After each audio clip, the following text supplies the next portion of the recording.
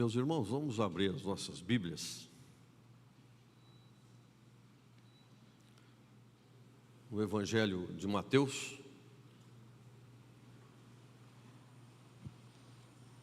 capítulo 28, versículo 18 a 20,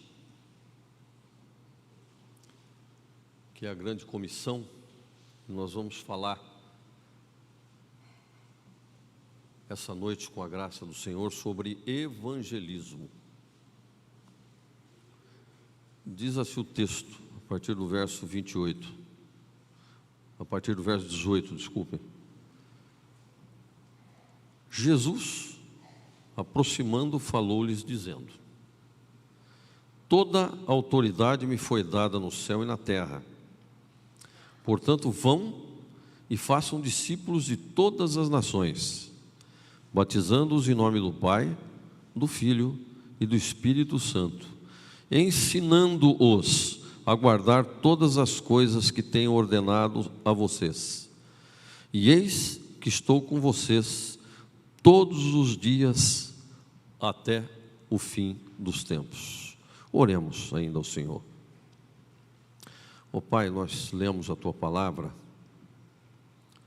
e precisamos que o Senhor nos faça compreender, ó Deus, aquilo que Tu queres para a igreja. Então que o Senhor nos abençoe, abrindo os nossos ouvidos, abrindo os nossos corações, as nossas mentes, e que aquilo que será falado aqui nesta noite possa sair direto do Teu coração. Abençoa cada um de nós, ó Deus, no exercício de ouvir a Tua palavra, em nome de Jesus. Amém. Meus irmãos, um texto bastante conhecido, eu já ouvi dezenas, talvez centenas de pregações sobre esse texto, principalmente nas campanhas evangelísticas que eram feitas até recentemente. Dos anos 80, 90 para cá, não têm sido feitas campanhas evangelísticas. E o evangelismo hoje está muito carente de pessoas que ensinam a verdadeira palavra. O evangelismo, ele é desde a fundação do mundo. Deus evangelizou Adão quando disse a ele para obedecê-lo. A igreja do Senhor Jesus é uma igreja que vive em obediência àquilo que Ele nos mandou fazer. O evangelismo se propaga pelo Antigo Testamento, em todos os livros do Antigo Testamento. É interessante isso. Nós temos o Evangelho, as boas novas. Deus falou diretamente com o seu povo lá atrás. É Deus evangelizando. Deus falou com o seu povo através dos profetas, a partir da instituição de Israel, que era um povo manhoso, um povo de dura serviço. Deus falou há 2000 anos atrás, através do seu Filho Jesus, que trouxe o Evangelho vivo, direto. E Ele mesmo, se definindo como o Verbo, como a palavra que se fez carne, aquela palavra de dois gumes que penetra cortante no âmago da alma.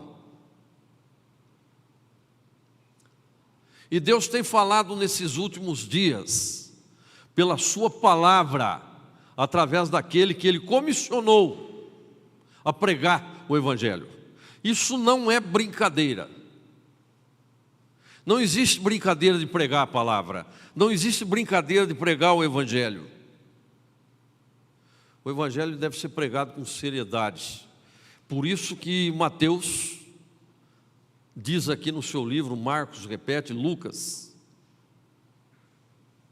ide e pregai o evangelho a todos. Ensina-os, façam discípulos. Esse evangelho deve ser pregado por toda a terra. E como foi? Desde a Judéia, Galiléia antes disso. O ministério de Jesus parte da Galiléia para a Judéia, retorna a Galiléia e vai aos gentios, a partir de Betsaida e Decápolis. Depois ele retorna a Galiléia, desce a Judéia e prega em várias aldeias. Depois ele desce para Jerusalém, onde vive uma semana a mais e é crucificado e morto. É isso que nós devemos ensinar. Jesus tem os pés do evangelista perfeito. Jesus tem as mãos do evangelista perfeito. E Jesus tem na sua boca a plenitude da palavra, encarnada nele mesmo, como ser humano e como Deus. Então pregar o evangelho não é brincadeira. O evangelho é pregado através do falar. O evangelho é exaltado através do ouvir. O evangelho é exaltado através do testemunho. Testemunho esse que nós, como crentes no Senhor Jesus, devemos dar 24 horas por dia. Como? Cumprindo o que Jesus nos ensinou, pregando isso, fazendo discípulos, porque o tempo, dizia Jesus, está próximo. O tempo está próximo. Agora começa o problema, né? Diz que a fé vem pelo ouvir, né? E o ouvir vem pelo pregar a palavra, e assim sucessivamente, como o apóstolo Paulo fala.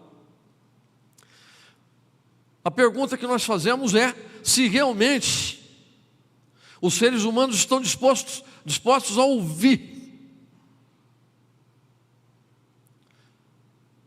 Ouvir a palavra, ouvir a igreja, ouvir a verdade. Ninguém gosta de ouvir a verdade, mas Jesus disse que se nós conhecermos a verdade, ela nos libertará do pecado, da superstição, dessas bobagens todas que a sociedade criou para manter o ser humano ligado e explorá-lo.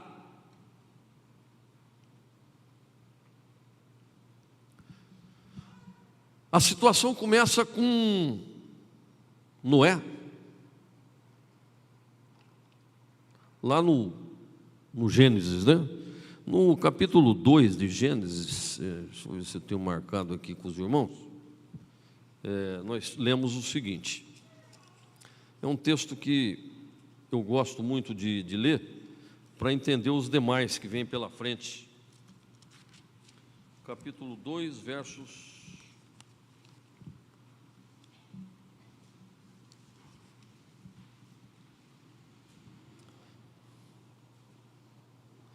Aliás, desculpem, eu ia falar verso 2, é o capítulo 6. Capítulo 6. Fala sobre a corrupção do gênero humano. E destacando aqui do capítulo 6, o verso 5, o Senhor viu que a maldade das pessoas havia se multiplicado na terra, e todo o desígnio do coração deles era continuamente mau. Então o Senhor ficou triste por haver feito o ser humano na terra, e isso lhe pesou no coração. No versículo 9, nós temos a história de Noé. Noé era homem justo e íntegro entre os seus contemporâneos. Noé andava com Deus. E diz a palavra que ele gerou 3 filhos. Lá em Mateus 24, a partir do verso 37 até o 39, Jesus diz aos seus discípulos: e será como nos dias de Noé, onde havia balbúrdias, corrupção, decepção, assassinatos, crimes, casavam-se, davam-se em casamento, havia crueldade, a sensualidade.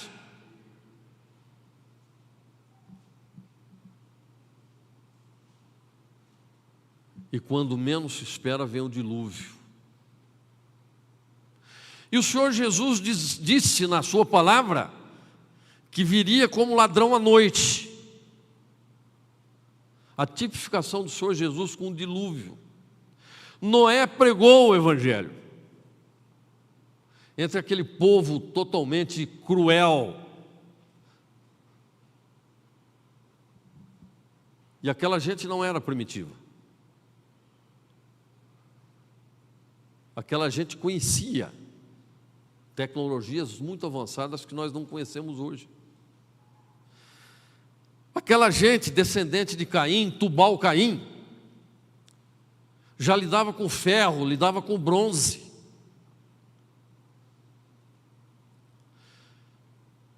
Haja vista que não tem ferro na natureza, você não encontra pedaço de ferro. Você encontra no máximo a hematita, que é o minério de ferro, que tem 60% de teor metálico. Mas como que separa isso do minério? E como que eles naquela época conseguiam identificar que aquele era um minério de ferro? Uma usina siderúrgica hoje, ela usa um processo químico para a extração do ferro da hematita, muito complexo. É uma equação em que se produz a oxirredução por carbono no ferro. Como que eles conseguiam essa equação? E mais que isso, depois faziam o aço. O percentual de estanho de cobre para fazer o bronze, como eles sabiam para dar a liga perfeita sem ficar quebradiça ou sem ficar muito maleável? Então não era um povo primitivo, era um povo que já entendia as coisas. Mas é um povo que não ouvia a Deus. Separaram-se miseravelmente do Senhor. E cada um fazia, isso vai ser relatado lá em Samuel, o que achava certo aos seus próprios olhos. Uma vida de iniquidade. Noé construiu a arca a mando do Senhor. Adão desobedeceu, Noé obedeceu. A arca foi literalmente tábua de salvação. A arca é o tipo de Cristo, para onde nós nos achegamos e alcançamos salvação da morte por afogamento espiritual.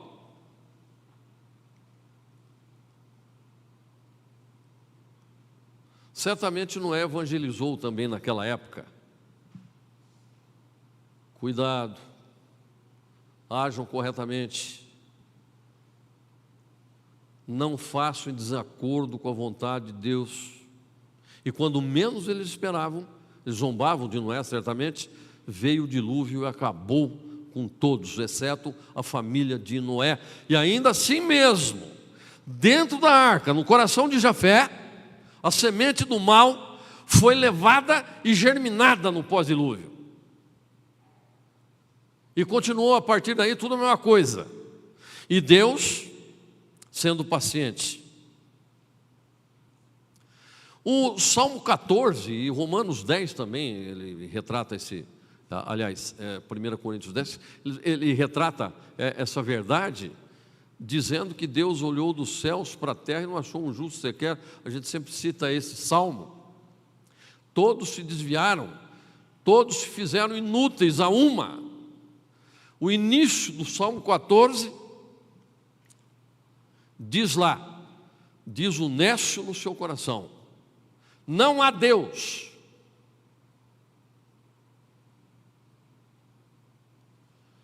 É muito difícil evangelizar o ímpio. É muito difícil evangelizar o religioso. E é muito difícil evangelizar o ateu. Porque existe o ateu por moda. Aliás, nós temos, de uns tempos para cá, da década de 90, a coisa ficou muito chata.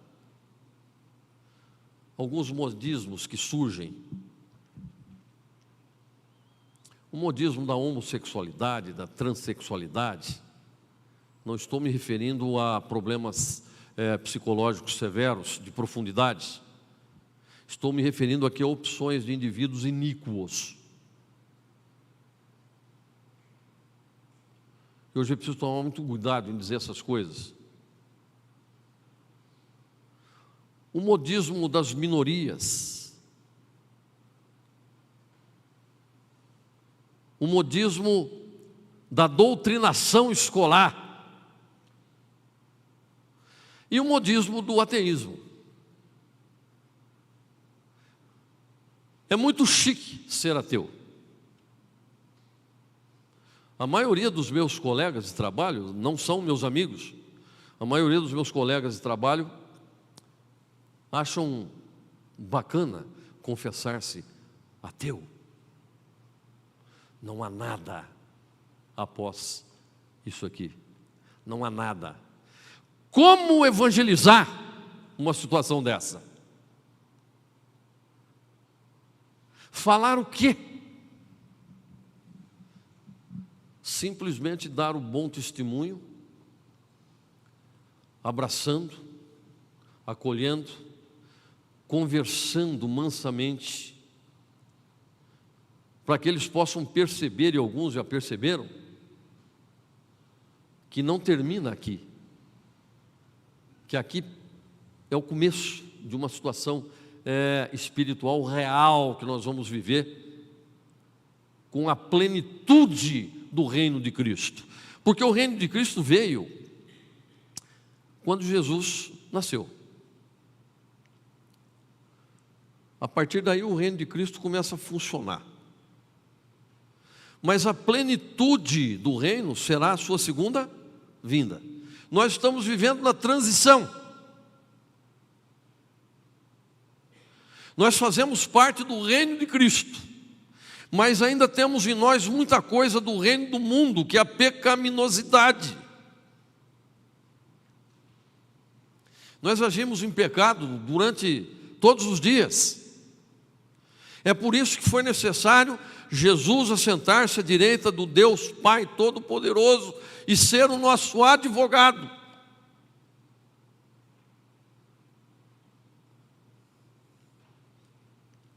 Como disse aqui o reverendo Ludigero, e nas minhas orações eu também costumo colocar isso: Senhor, não seja justo para comigo, senão eu vou para o inferno. Então nós vivemos ainda essa plenitude, mas nós temos também aspectos da plenitude do reino, que se consumará com a segunda vinda do Senhor Jesus. Eu espero que seja agora.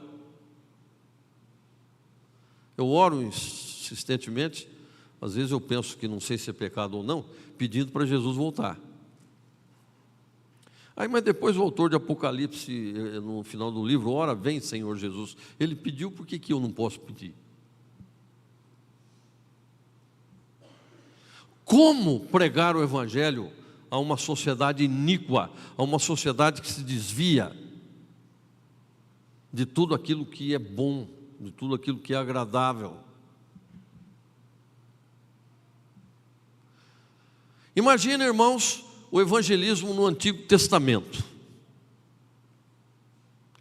que é igualzinho do Novo Testamento. Vamos abrir Isaías. Isaías, vamos abrir lá no capítulo 1.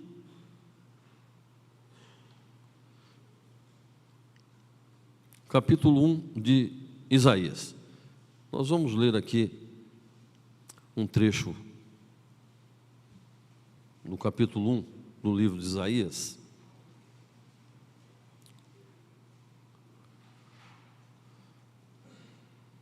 Fala sobre a visão que Isaías, filho de Amós, teve sobre Judá e Jerusalém nos dias de Uzias, Jotão, Acás e Ezequias, que eram os reis onde Isaías profetizou. A nação pecadora, veja a atualidade com que ele escreve isso. Escutem, ó céus, e ouça, ó terra, porque o Senhor é quem fala. Criei filhos e os fiz crescer, mas eles se revoltaram contra mim. O boi conhece o seu dono e o jumento o lugar onde lhe dão comida. Mas Israel não tem conhecimento, meu povo não entende. Ai desta nação pecadora, desse povo carregado de iniquidade. São descendência de malfeitores, filhos que praticam o mal, rejeitam o Senhor, desprezam o Santo de Israel, voltam para trás. Por que vocês insistem em ser castigados? Porque continuam em rebeldia? Toda a cabeça está doente e todo o coração está enfermo. Desde a planta do pé até o alto da cabeça não há nada são, a não ser feridas, contusões, chagas abertas, umas e outras que não foram limpas, nem atadas, nem tratadas com azeite. A terra de vocês está devastada, as cidades foram consumidas pelo fogo. Quantas lavouras os estrangeiros as devoram na presença de vocês. E a terra se acha devastada como numa destruição feita por estrangeiros. A filha de Sião foi deixada como cabana na vinha, como choupana no pepinal, como cidade sitiada. É um relato bastante atual que o profeta Isaías nos traz. Ele fala aqui da nação iníqua, o seu próprio povo escolhido por Deus, povo de Israel, não ouve, não entende, é um povo contumaz. Os estrangeiros devastam as suas colheitas e as suas lavouras.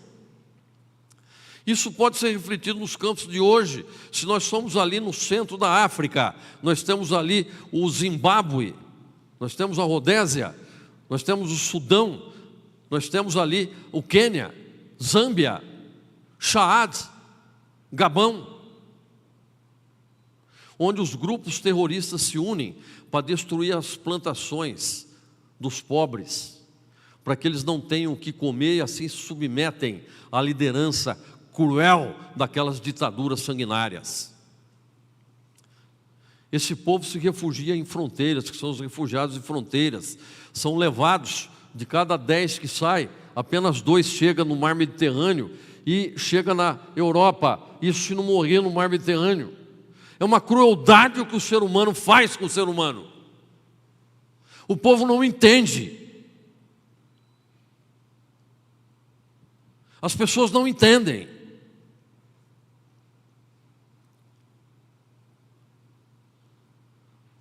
A vossa terra está devastada pelo fogo. Olha aí, bombas, incêndios, natureza destruída, animais sendo cruelmente tratados. É nessa terra que eu e você tem que evangelizar. É por isso que eu digo, evangelizar não é brincadeira. É nesta terra que nós temos que evangelizar. E a igreja? Não, o profeta disse. A filha de Sião é como uma choça que está no meio do pepinal, abandonada, né? Sabe o que é choça? É um ranchinho, normalmente de palha, que se faz para abrigo das chuvas. Isso era comum aqui no Brasil, na década de 60, 70, que foram as minhas décadas de roça, né?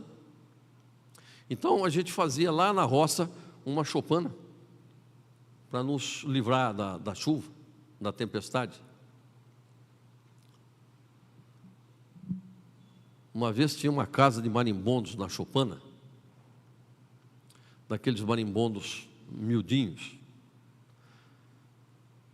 que quando ele dá uma ferroada parece que você vai morrer.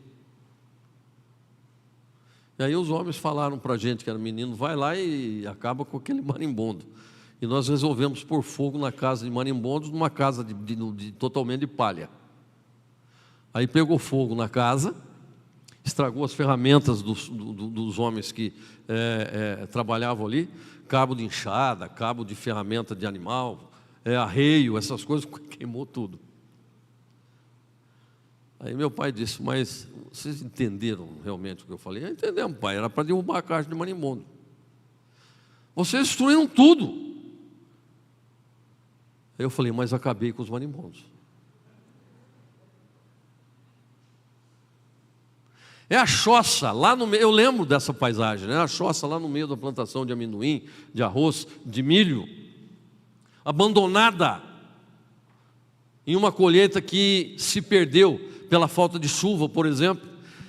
A filha de Sião jaz como choupana, como choça no pepinal, abandonada. E pasmem os irmãos, eu busco estatísticas,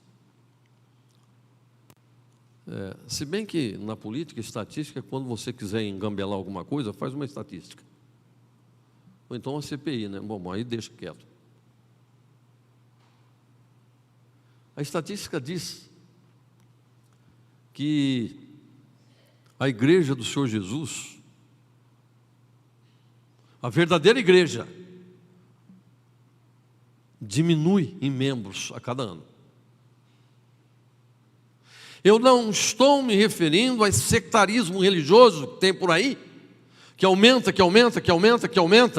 como aumentavam as multidões que seguiam a Jesus, porque sabia que ele multiplicava pães e peixes.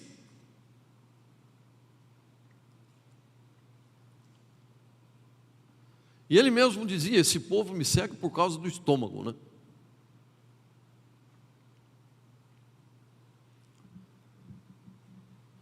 Vocês acham que são poucos que estamos aqui todos os domingos? Falar com o conselho, com a junta diaconal, e coloquemos aqui algum docinho para distribuir. Docinho que eu digo é cesta básica, dinheiro, essas coisas, que não devemos omitir, porque nós temos um departamento social que cuida disso. Mas começa a prometer coisas materiais, para ver se isso aqui não lota, e é preciso lotar o outro salão do outro lado, e assim por diante. É isso que acontece hoje, e que acontecia na época de Jesus. As multidões se acotovelavam, se empurravam, porque sabia que ele transformava pães em peixes, sabia que ele curava enfermidades, sabia que ele expulsava demônios.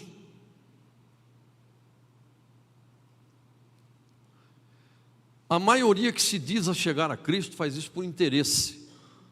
E não sou eu que digo isso e que julgo, é a palavra. Interesse em seus próprios bens, importando das religiões primitivas o culto de negociação com as entidades.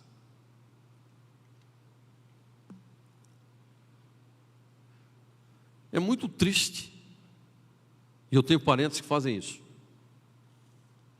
Embora eu respeite a inferência cultural de cada um e a religião de cada um, mas é muito triste ver pessoas na mata à noite, numa encruzilhada, realizando ritos totalmente primitivos, descaracterizando a própria personalidade humana.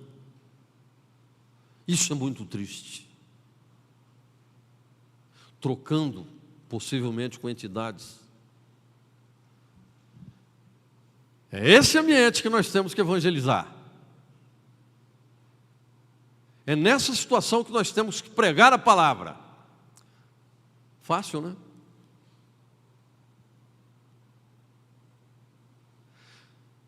Mas aí é fácil. Tem muita gente que diz, e nós já estamos partindo para concluir, tem muita gente que diz que aqui na igreja é fácil falar, é fácil pregar, nas igrejas, né? A igreja é o principal reduto que precisa ser evangelizado.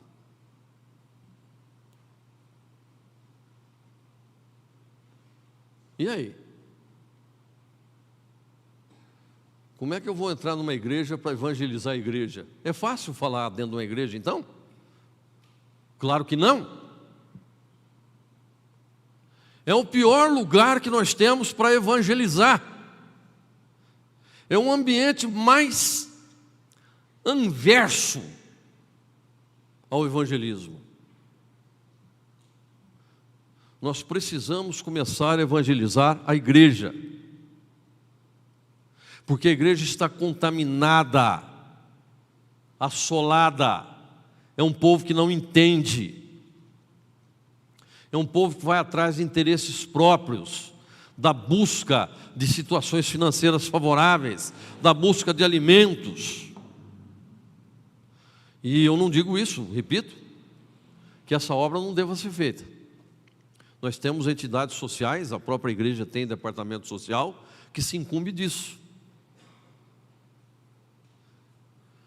Mas a igreja não é supermercado.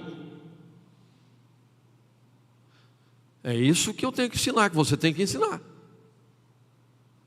A igreja não é supermercado, onde se vai buscar aquilo de interesse e se paga com uma mera oferta depositada nesse gasofilácio.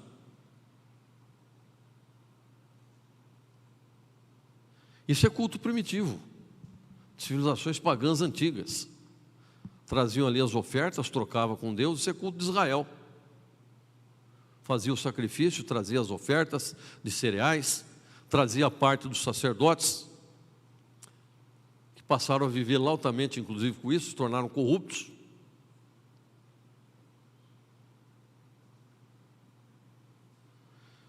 Nós temos que evangelizar a igreja, porque a igreja disfuncionou-se da sua originalidade. A igreja se tornou um clube social, para onde a gente se dirige nos fins de semana, ou para encontrar os irmãos, ou então, internamente, negociar com Deus alguma coisa que nós estamos querendo ou precisando. Quando deve ser um lugar de louvor, de respeito a Deus, porque Ele está em seu santo templo, e cale-se diante dEle toda a terra.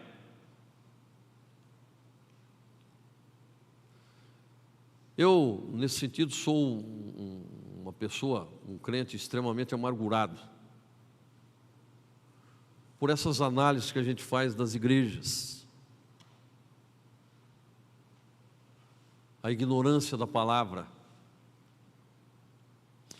a defasagem na pregação do Evangelho, a falta de substrato espiritual.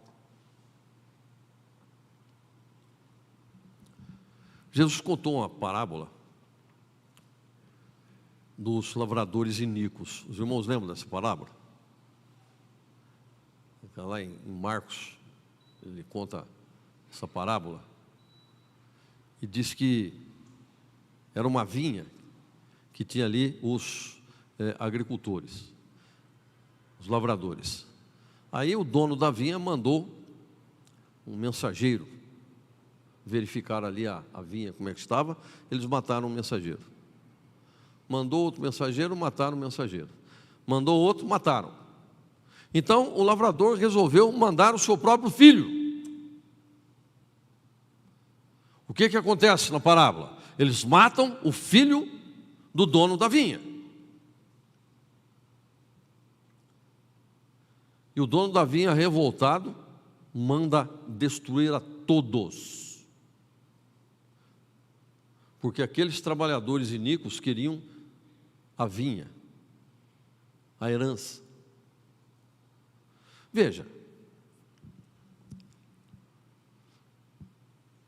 os lavradores iníquos, aquela classe sacerdotal difícil. Deus mandava um profeta, o que acontecia com ele? Pode responder. Eles matavam. Mandava outro profeta, eles matavam. E só não mataram Elias porque ele saiu antes de cena, né? Foi arrebatado. Jesus disse: ai de ti, Jerusalém, que matas os profetas, quantas vezes eu quis ajuntar vocês como a galinha junta os pintinhos debaixo das suas asas, e vocês não quiseram.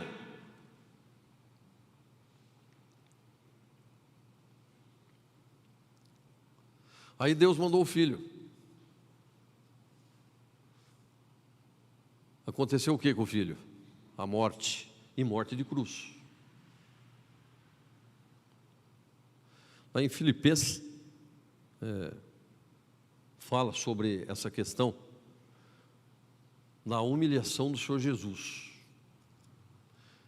que não julgou ser a Deus superior, mas humilhou-se, encarnou-se, viveu entre nós e morreu, e morte de cruz. E agora Deus irá destruir todos aqueles que fizeram mal aos seus mensageiros e ao seu filho, porque são iníquos, e não adianta você e eu orar por eles. Jesus disse: não oro pelo mundo, mas por aqueles que me deste. Oramos pelos eleitos da igreja, pelos eleitos que estão no mundo, que ainda não vieram, para que venham, para que Deus providencie, para eles virem à igreja. Isso é evangelismo. Eu creio que é um ambiente mais difícil de ser evangelizado, a igreja. E é o principal ponto, o principal ambiente que precisa ser evangelizado, com seriedade, para poder dar o testemunho desse evangelho para a sociedade, para os nossos colegas, para os nossos parentes, para aqueles que ainda não vieram a fazer parte da igreja e que são eleitos ou não, nós não sabemos, mas a nossa obrigação é trazer a mensagem do evangelho, através da pregação de testemunho, com o mandamento do Senhor, amando a Deus sobre todas as coisas e depois o próximo como a ti mesmo. Nisso resume toda a lei e os profetas. É assim que nós devemos proceder. E eu ensino já há mais de 40 anos, 45 anos. Está cada vez pior para ensinar na escola secular e na igreja.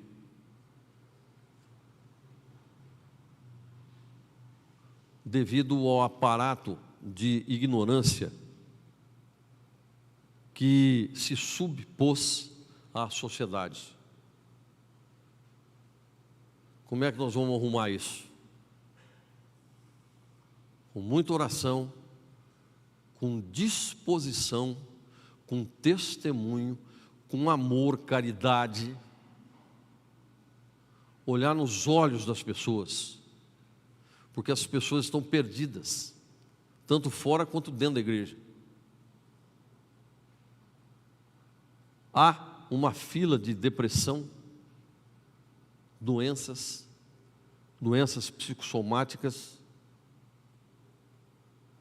pessoas desencontradas, verdadeiros zumbis, aumentando aí o nível de consumo de droga, agora com esse K9, a maconha sintética, que deixa o indivíduo totalmente fora de si, como se fosse um zumbi. Os zumbis não existem, existem filmes, mas é aquela realidade, parece que é uma cena de filme.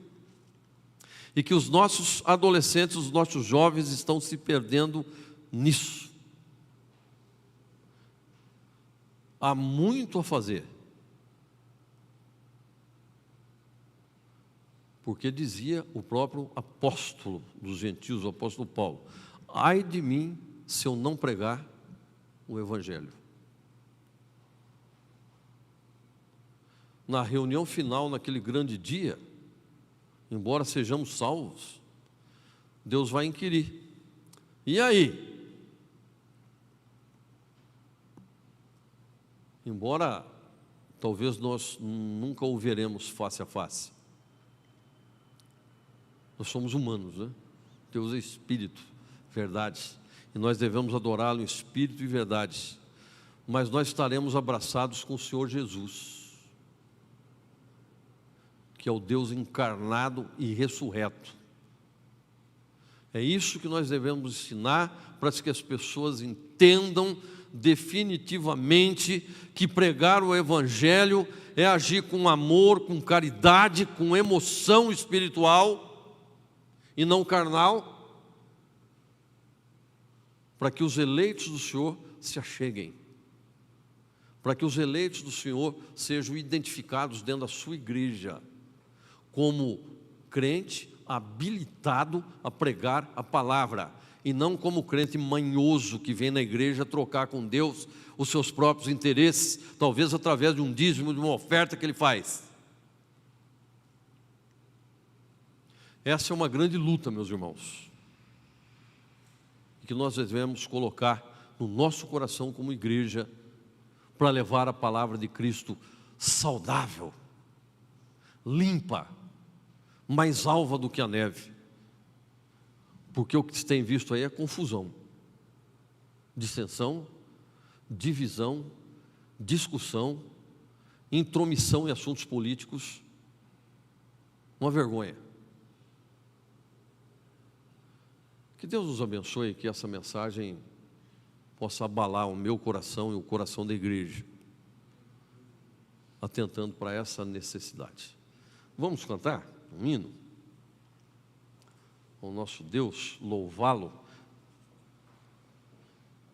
É o hino de número 17.